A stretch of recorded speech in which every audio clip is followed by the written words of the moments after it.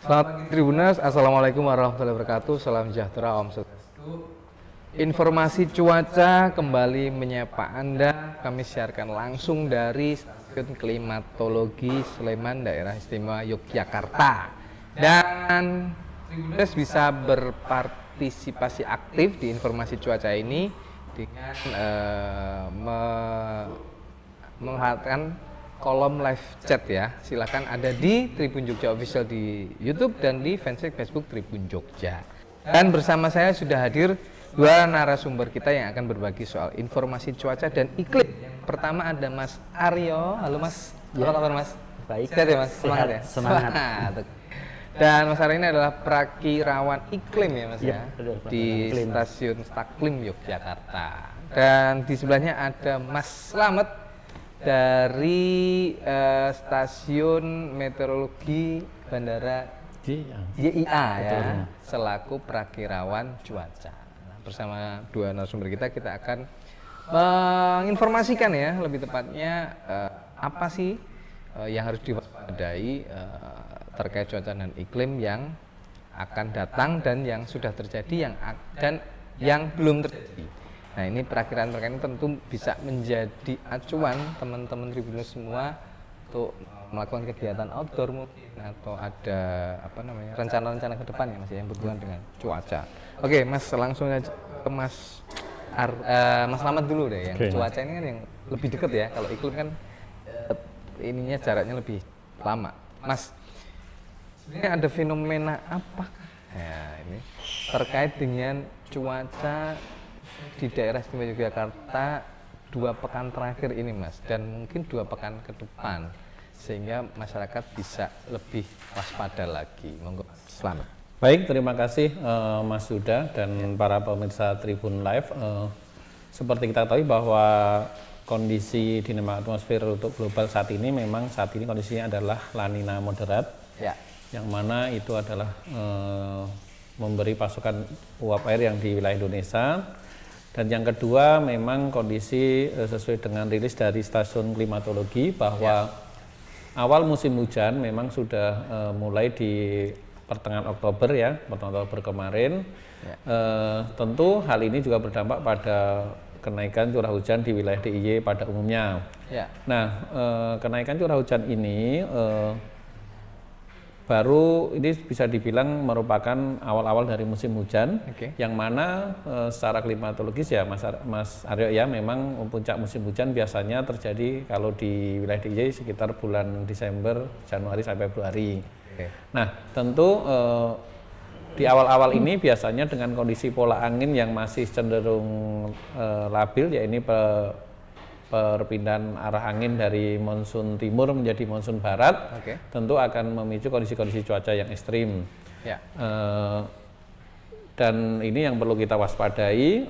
Tentu untuk bagaimana dengan kedepannya, tentu karena ini baru menuju ke puncak musim hujan, tentu saja kondisi curah hujan dan cuaca ekstrim tentu juga harus diwaspadai menjelang pekan-pekan ke depan. Demikian Mas Yuda.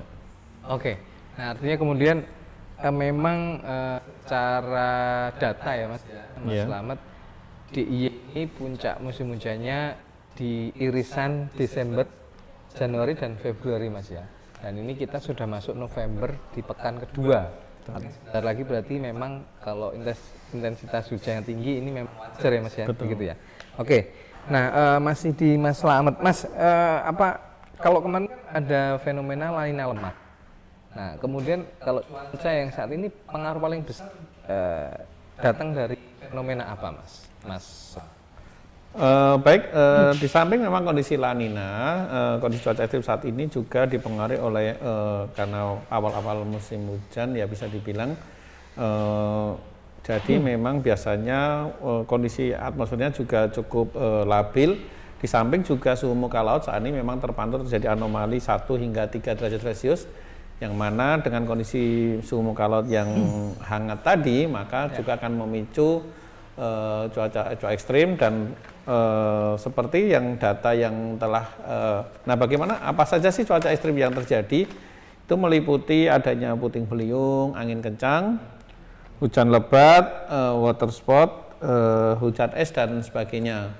Berdasarkan data kita yang didapat dari BPBD DIY, untuk kondisi tahun 2022 sendiri itu terjadi beberapa kasus seperti angin kencang, hujan lebat, banjir, hujan es, dan beberapa termasuk sambaran petir.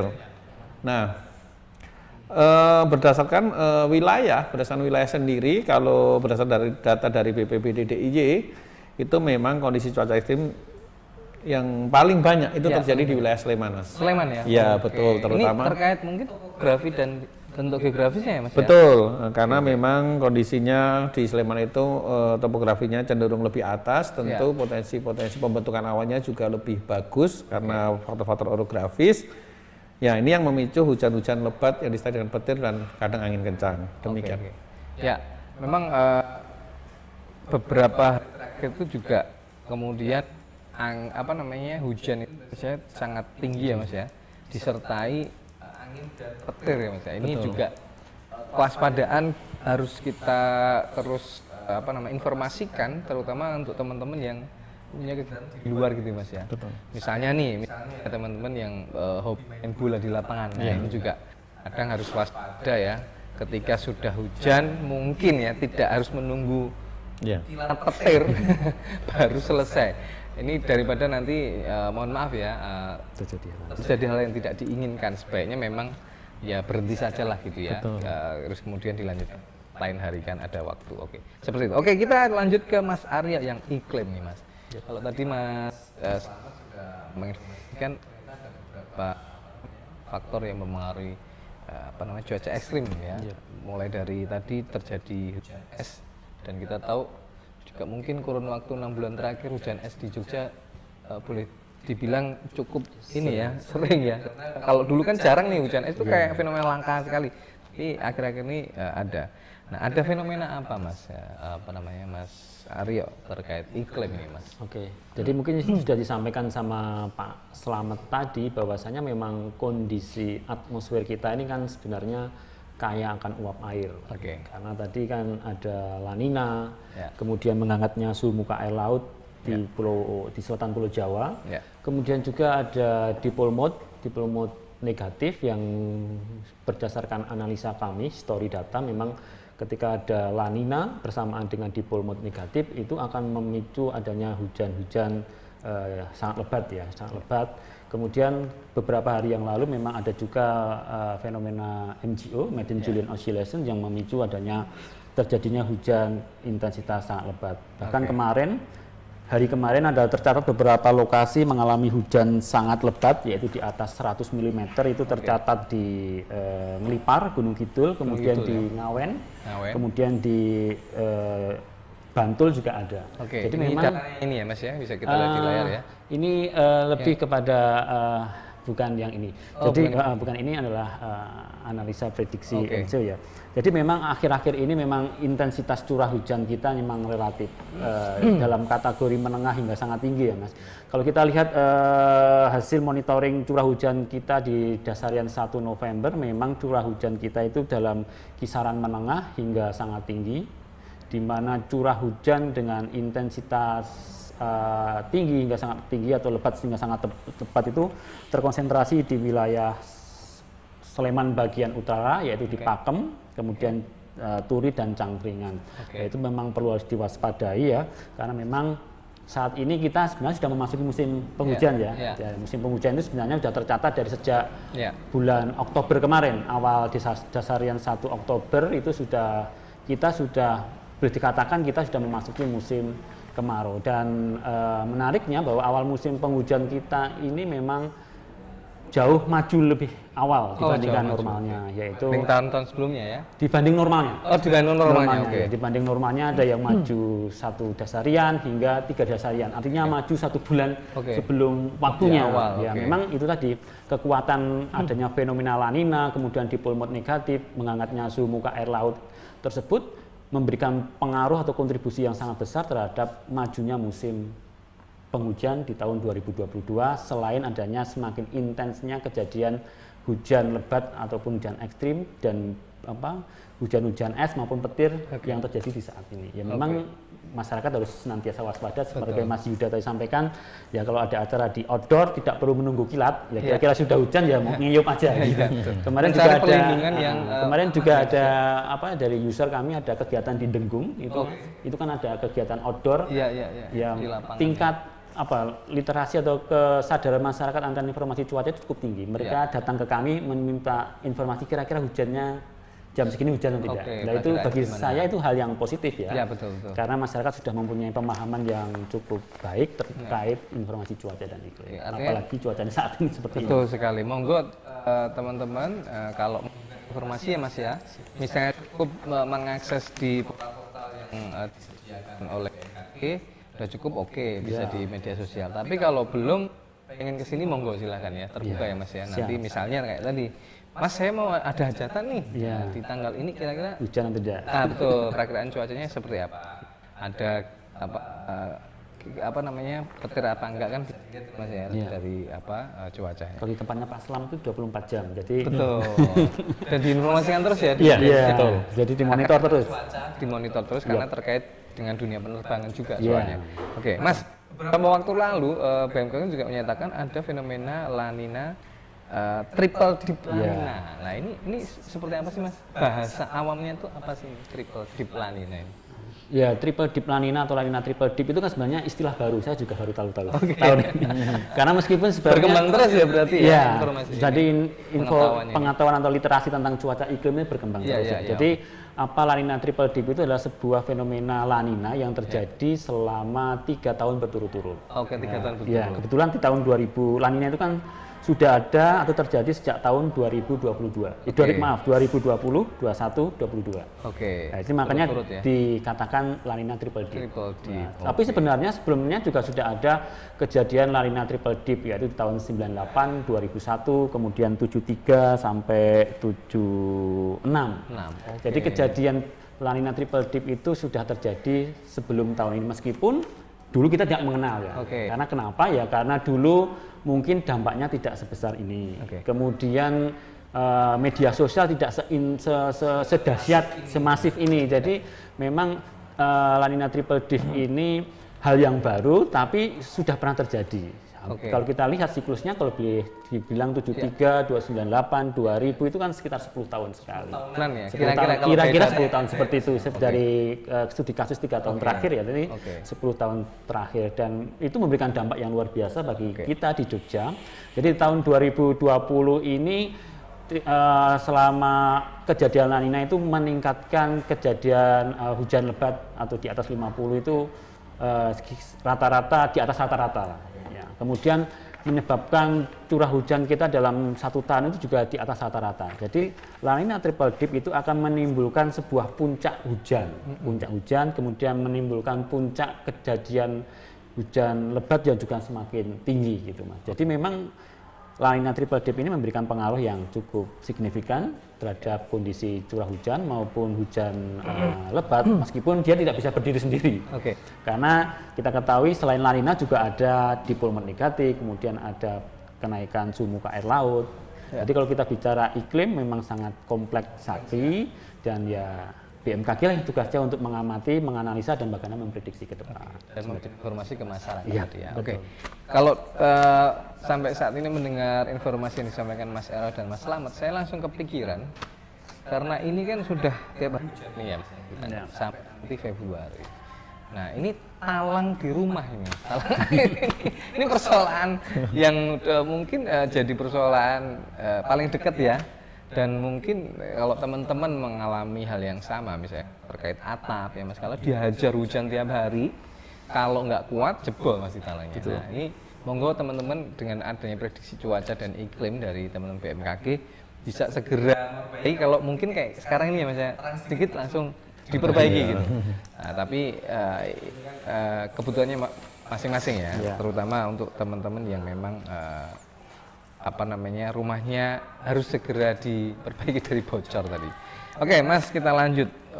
Tadi triple dip La Nina sudah diterangkan ya bahwa ini 3 tahun berturut-turut dan kalau dilihat siklusnya by data sekarang yang ada itu 10 tahunan. Sudah 10 tahun ya. Kalau berarti kalau kita hitung lagi 10 kira-kira ya 10 tahun yang akan datang berarti 2032. Itu bodohnya ya, secara bodoh aja ya. Ya, secara by data yang ada. By data ya. Siklusnya Semoga ya enggak ya Mas. Karena ada efeknya yang tadi ya. Ya sebenarnya kan tergantung kita, apakah kita bisa beradaptasi atau tidak. Ya, Jadi kalau kita bisa beradaptasi, ya mungkin bagi teman-teman dunia pertanian yang semula hanya bisa menanam padi 2 kali, bisa 3 kali. Meskipun bukan berarti tidak ada tantangan. Jadi ketika musim hujan begitu banyak, ya serangan hama juga ada. Ya tergantung kita. Responnya gimana? Bagaimana respon betul. Jadi iklim itu ya bukan menjadi musuh tapi menjadi sahabat ketika kita bisa. Oke, setuju saya Mas. Karena ini kalau kita bicara soal hujan, panas, itu kan given ya Mas ya. Meskipun bisa di namanya dikreasi ya dengan teknologi, tapi kan tidak serta merta kemudian nggak hujan, nggak panas, kan nggak bisa segitunya gitu ya. Oke, kita kembali ke Mas Slamet. Mas, terkait dengan kalau di YIA itu kan dunia penerbangan dan dari sana kan bisa lihat langsung laut nih ya. Betul. Informasinya soal tinggi gelombang dan sebagainya. Karena ini kita mau sebentar lagi masuki libur Natal dan Tahun Baru. Tentu ini di objek-objek wisata akan sangat ramai dan pastinya di bandara sendiri traffic penerbangnya akan meningkat. Ya. Nah, ini monggo disampaikan Mas. Terima kasih Mas Huda. Jadi terkait dengan kondisi cuaca yang memang sudah memasuki musim hujan dan menuju ke puncaknya, tentu kita dari BMKG dalam hal ini adalah Stasiun Meteorologi YIA, kita juga akan menginformasikan terkait dengan keselamatan transportasi, baik itu transportasi laut maupun udara. Terkait dengan transportasi laut, kita dari Stasiun Meteorologi selalu menginformasikan prediksi gelombang. Prediksi gelombang itu yang mana memang kita secara tupoksi adalah kewenangan Stasiun Meteorologi Cilacap. Ya. Namun kita dari Stasiun Meteorologi YIA kita mendiseminasikan informasi tinggi gelombang tersebut. Yang mana itu kita rilis setiap pagi itu 2 kali dan pada sore hari 2 kali. Jadi perakiraan selama 12 jaman. Untuk tinggi gelombang sebenarnya yang relatif tinggi itu pada saat bulan-bulan Agustus kemarin, Agustus September, ketika memang angin timurannya cukup persisten, yang mana tinggi gelombang waktu itu bisa mencapai 4 bahkan 6 meter. Tetapi untuk kondisi saat ini sepekan ini relatif tidak terlalu ekstrim sih, ya sekitar 2 sampai dengan 2,5 gitu. Nah, terkait dengan informasi keselamatan penerbangan, kita juga menginformasikan ke airline. Jadi kita di dalam meteorologi itu ada namanya terkait meteorologi early warning system, MEWS. Yang mana itu kita akan merilis biasanya setengah jam sebelum kejadian hujan itu akan kita rilis sehingga masyarakat akan tahu bahwa akan terjadi hujan di arah mana saja dan sampai jam berapa, serta akan meluas ke daerah mana, kecamatan mana. Jadi masyarakat bisa waspada. Nah, ini digambarkan adalah contoh kejadian, nggak bisa di-play ya, itu kejadian cuaca ekstrim pada tanggal 12 Oktober, nggak bisa di-play ya. Ya, ini itu ekstrim ya Mas. Sebenarnya itu adalah radar itu bergerak kemarin. Oh, bergerak. GIF itu. Karena di JPEG ya. JPEG ini.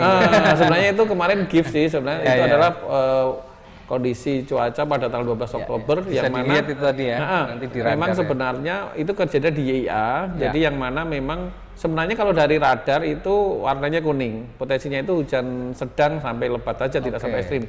Tetapi pada tanggal 12 Oktober itu kejadiannya itu awan kuningnya itu hujan menengah sampai lebat itu semalaman, dari mulai jam 7 malam sampai jam 6 pagi waktu itu, sehingga memang menimbulkan hujan yang cukup ekstrim yaitu 228,6 mm.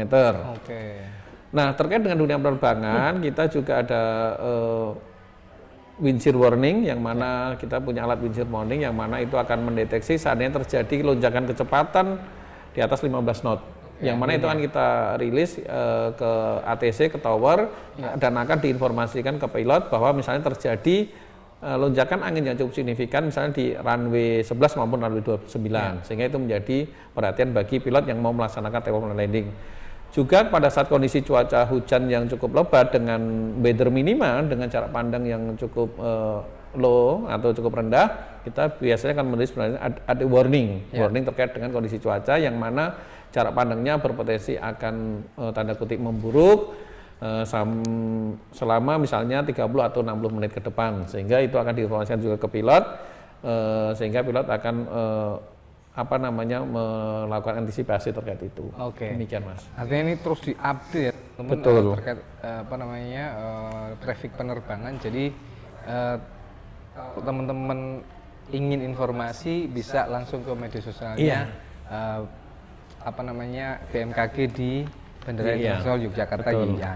Nah Mas, saya kebetulan kemarin habis ngobrol sama teman-teman BPBD Jogja dan DIA, ada Pak Biworo, yang kita bahas soal mitigasi bencana.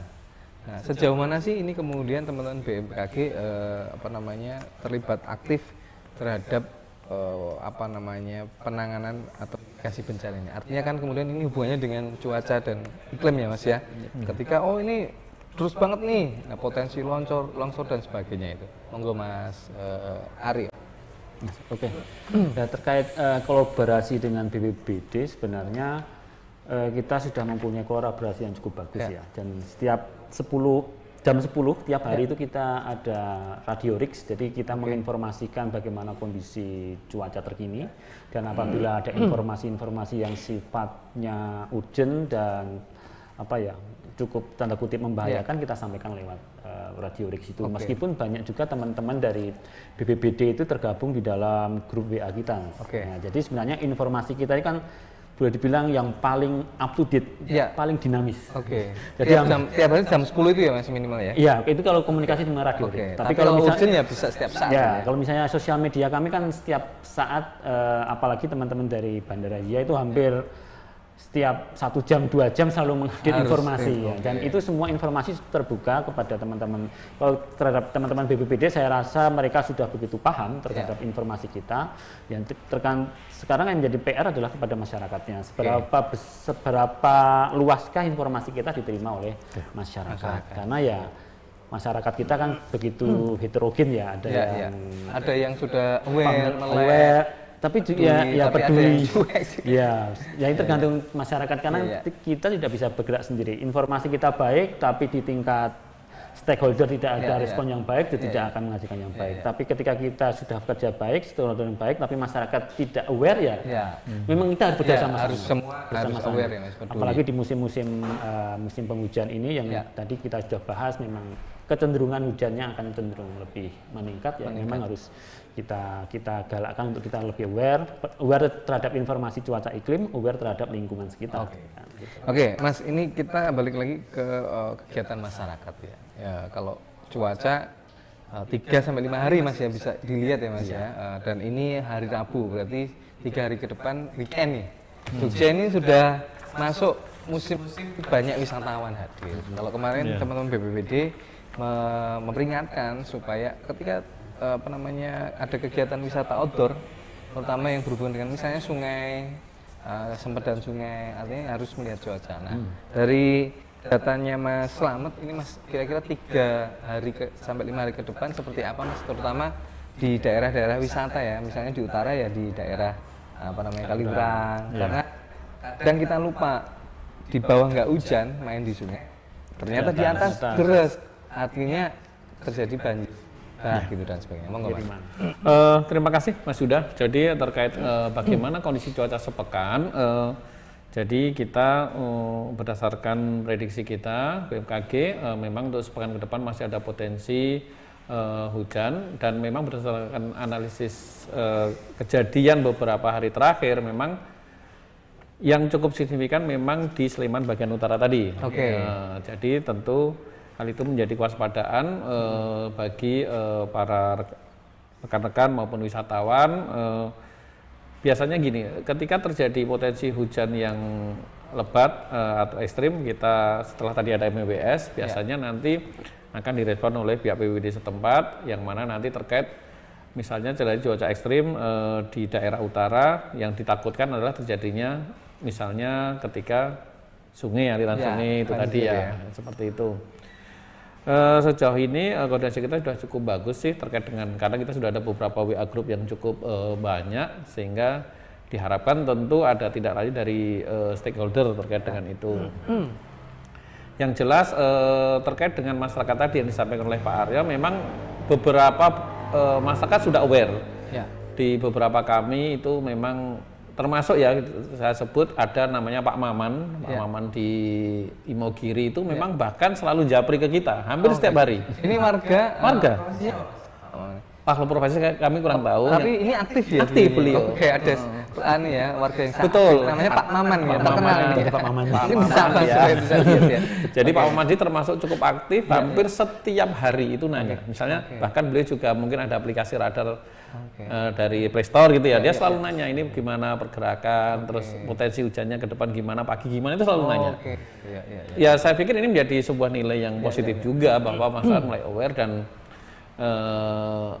mulai peduli dengan potensi-potensi bencana-bencana hidrometeorologis yang mungkin terjadi. Nah ini menarik ya, ada sosok Pak Maman ini yang setiap hari tanya ya. Semoga Pak Maman juga bisa menginformasikan ya Mas. Mungkin beliaunya ini tergabung dalam radio komunitas ya kan banyak nih radio komunitas bisa diinformasikan lagi, informasi berharga ini untuk teman-teman di radio komunitasnya.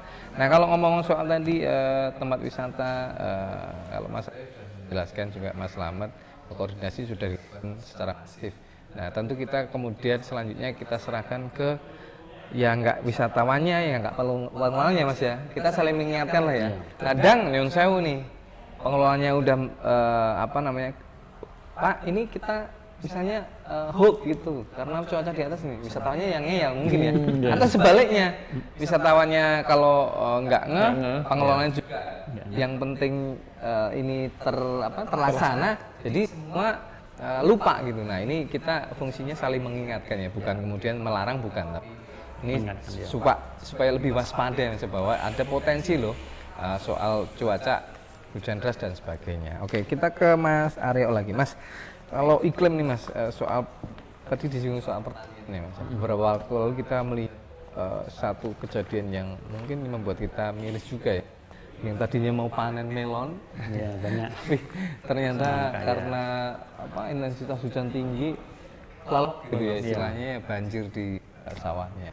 Nah ini seperti apa Mas kemudian menjadi kewaspadaan teman-teman tani atau mereka yang pegiat menanam tanaman ya Mas?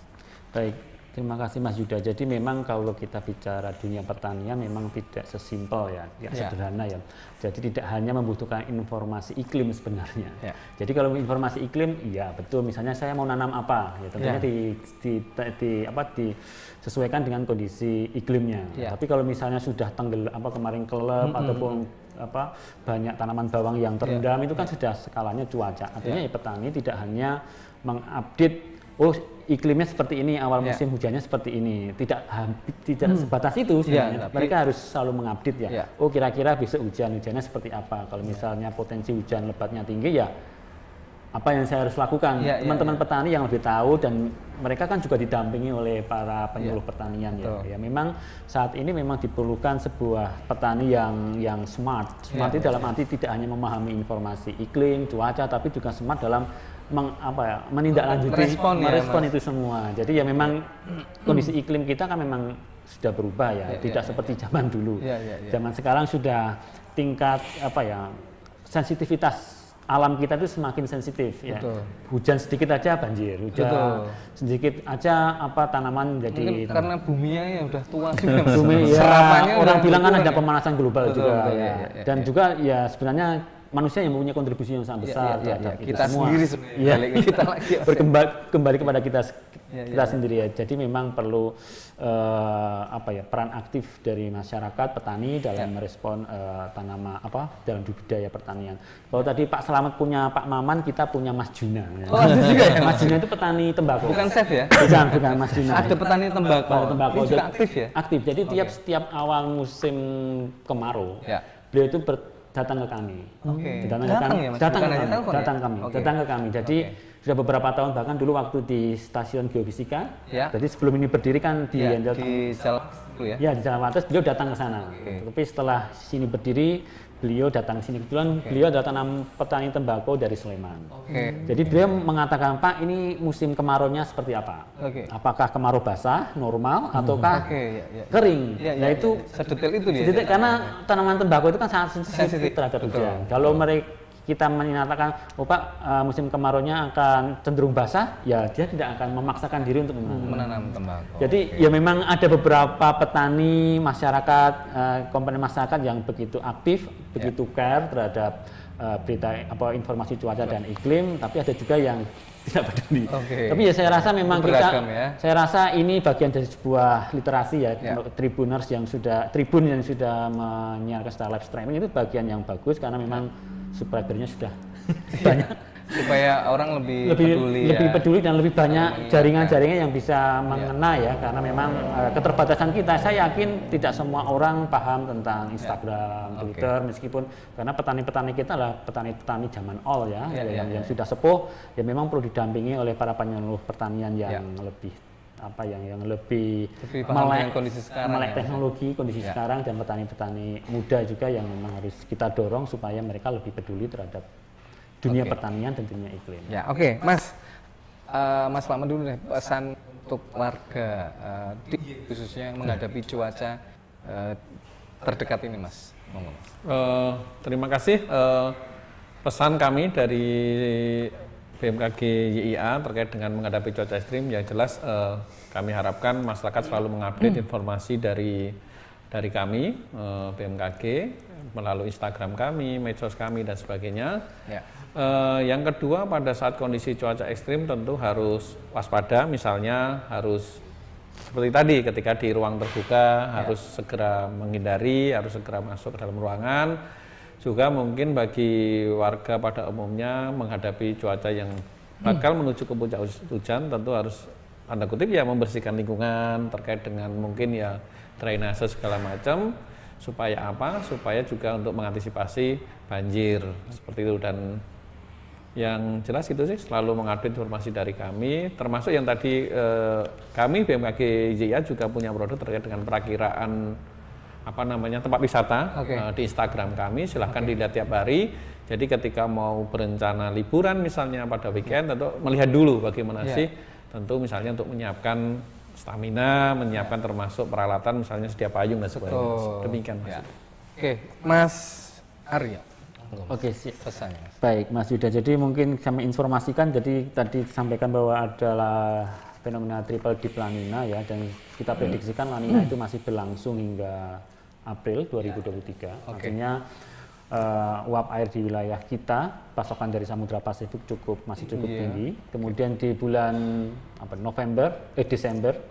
Desember, Januari, Februari itu angin monsun Asia itu cukup konsisten. Artinya uap air yang dari Samudra Hindia itu masuk ke wilayah kita. Jadi potensi hujan dengan intensitas lebat hingga sangat lebat itu cukup tinggi. Prediksi kami untuk curah hujan bulanan ini di bulan Desember itu dalam kategori menengah hingga tinggi. Kemudian di bulan Januari itu kategori tinggi hingga sangat tinggi. Demikian juga di bulan Februari.